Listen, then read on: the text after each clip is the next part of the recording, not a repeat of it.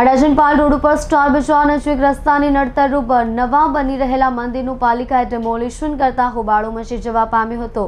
રાંદેર ઝોને તોડી પાડી ધાર્મિક ફોટો પણ કબજે લીધો હતો। પાલ એક્વેરિયમ સામે 24 કેરેટ મીઠાઈની દુકાનની બાજુમાં હયાત માતાજીની નાની ડેરીની બાજુમાં સ્થાનિકો દ્વારા દિવાલો ચણી નવું મંદિર બનાવતા હોવાની કેટલાક સ્થાનિક લોકોની ફરિયાદને પગલે રાંદેર ઝોન દ્વારા આ દિવાલો દૂર કરવામાં આવી હતી। રાંદેર ઝોનની કામગીરીને પગલે દિવાલો ઊભી કરનાર સ્થાનિકોએ ભારે વિરોધ કર્યો હતો।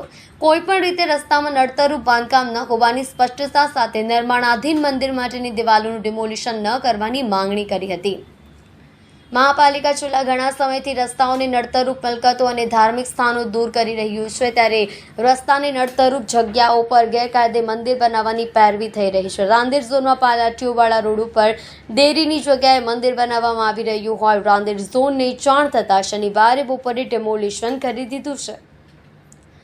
કેટલાક લોકોએ વિરોધ કરી વાતાવરણ તંગ કરવાનો પ્રયત્ન કર્યો, પરંતુ ઝોનના અધિકારીઓએ સમજાવટી કામ લેતા ડેમોલિશન પાર પાડ્યું હતું।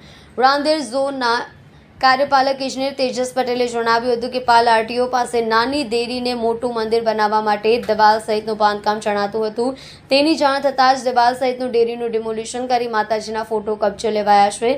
ત્યાંના સ્થાનિક કેટલાક લોકોનો વિરોધ હતો, પરંતુ સમજાવટી કામ લેતા મામલો થાળે પડી ગયો હતો।